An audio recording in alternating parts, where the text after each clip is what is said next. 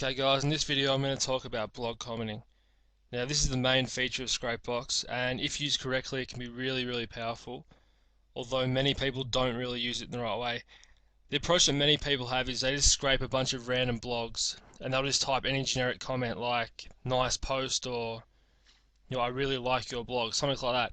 If you have a WordPress blog, I'm sure you've seen the type of comments I'm talking about, and those ones just really aren't going to work.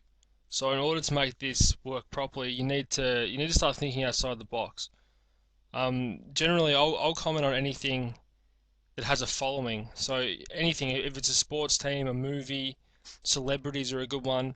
Just anything that has a following where you can make up a comment that's going to sort of relate to it, no matter what it's about. So for the sake of this video, I'm gonna choose Miley Cyrus and make the comments about her for this video. I'm going to show you what I mean. Now the first thing I need to do is set up the names. ScrapeBox already comes with text files with names in them, although you can change them and make your own text files if you want. So what I usually do, I've only got the word name in there now, but what I usually do is go to Tools and open the name and email generator. This is a great built-in function that ScrapeBox has that can generate any number of names, whether it's male or female, whatever you want. So generally I'll just pick two of them at random to use, and I'll copy them and take them over to my names. And then I'll also generally use my keyword, and for this demonstration I'm just going to use ScrapeBox. And then I usually use one that's sort of a mixture of the two. So if I was promoting an acne product, I might call myself the acne guy, or just something kind of related, but I'll just call myself the ScrapeBox guy for this. Okay, and that's that, then the names are done. Now emails. Again, I've only got just the word email at email.com in there. So again, we can open up the name and email generator. And once we've generated names, we can now generate some emails. So we've got to choose a domain extension here. I'm going to choose Gmail, or you can use Yahoo or whatever you want. And you can also include numbers in them and numbers in the front or just wherever you want. So you press generate emails and then it generates a big bunch of emails for you. So now I'm going to copy all of these.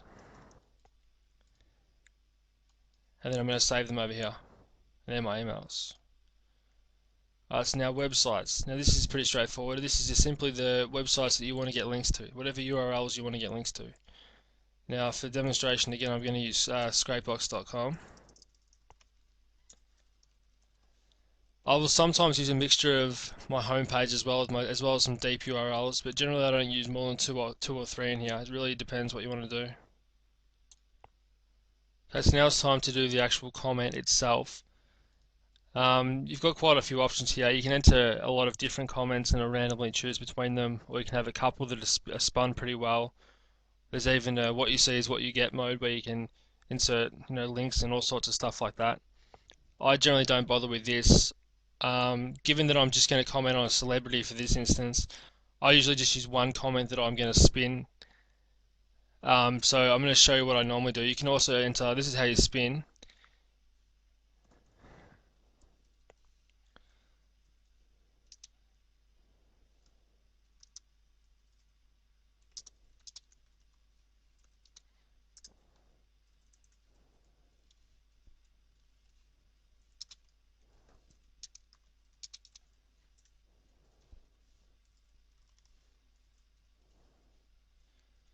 So you see inside these brackets, what that means is it'll randomly choose one of those words every time it makes the comment. So that's actually going to be about 15 different comments in total. And you see the comment is just basically says, I love Miley, she's so funny, or something like that. I mean, it's really simple, but it doesn't really matter what the comment about Miley Cyrus is, that whatever the blog post is, that comment will somehow make sense. It'll mean, it'd be a lot more related to the comment rather than just saying nice post or something like that. So I'm going to save it, and now if you click on test comments, you can see what it looks like. So there's my, that'll be my keyword, my email, that's the link where it's going to go to, and that's the comment. So if I press spin, you can see the comments changing, and so's the name, and so's the email. So you get a lot of different comments, which is pretty good.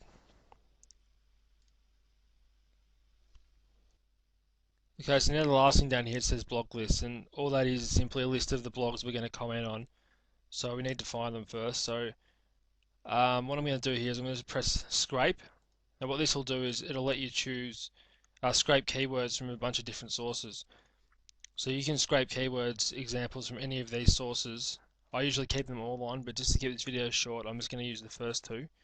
And you enter your seed keyword here, which in this case is just Miley, and I press scrape. So that's going to go out and find a bunch of keywords for me, and I can remove the duplicate keywords, and I can add them to the main keyword list, and I can even transfer them over here and then do the same thing again and get heaps more keywords if I want. And this is really helpful because you don't have to worry about thinking up your own keywords, which is really good. Okay, so now over in the main keyword box over here, I generally would just go through this and try and delete any keywords that are kind of similar. So these two are sort of the same, and delete that one. I usually leave quite a few in here, but I might just leave the rest. And make sure you got WordPress blogs ticked on if you want to comment on WordPress, like we do in this one. And then we're going to press Start Harvesting.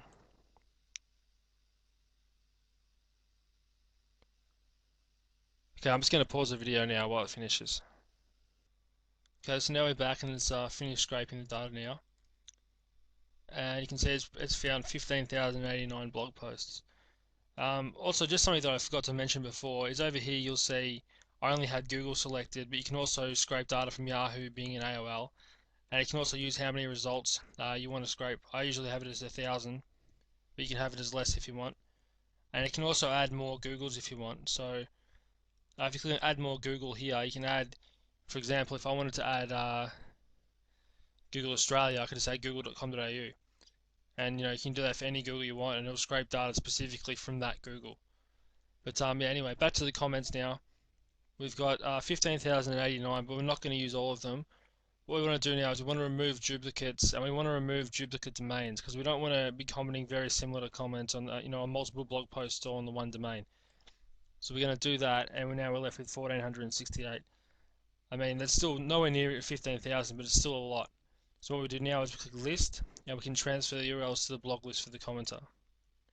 So again, if we press test comments, it's going to, so it's going to go through all those 1,500 blogs now, and it's going to make one of these comments on each of them.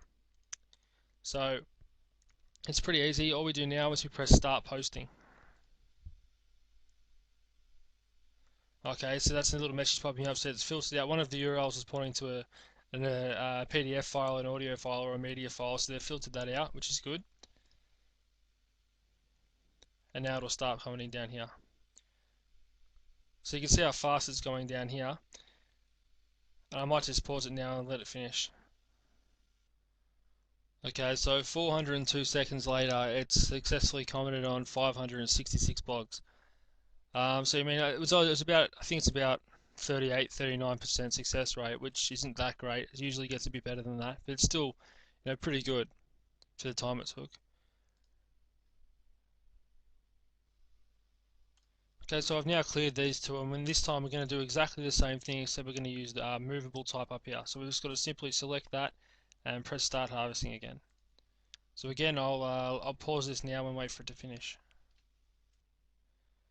Okay, so now the movable type has also finished scraping, and again we've got 12,306, but again we want to remove the duplicate domains.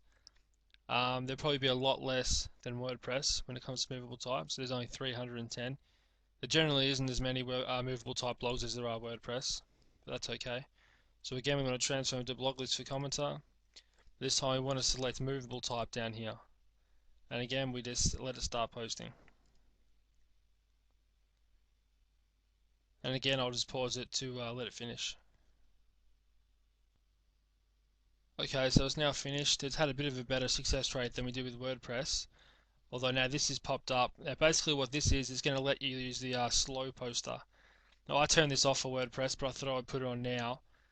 Basically it'll go through the ones that haven't worked, or some of the ones that haven't worked, and it will try it in a different method. It's a bit slower, but you get a higher success rate doing it. I usually just have it turned off because in my experience, in the time that it takes to go through them slowly, you can just generally go through another one quick and get more done. But I'm going to show you how it works. So you simply just press yes here, and you can press start posting. See, it takes a lot longer to do it this way because it's got to go through each one manually. So again, I'll pause it down and let it go through and finish. Okay, so we're back now, and the movable type blocks are just finished in the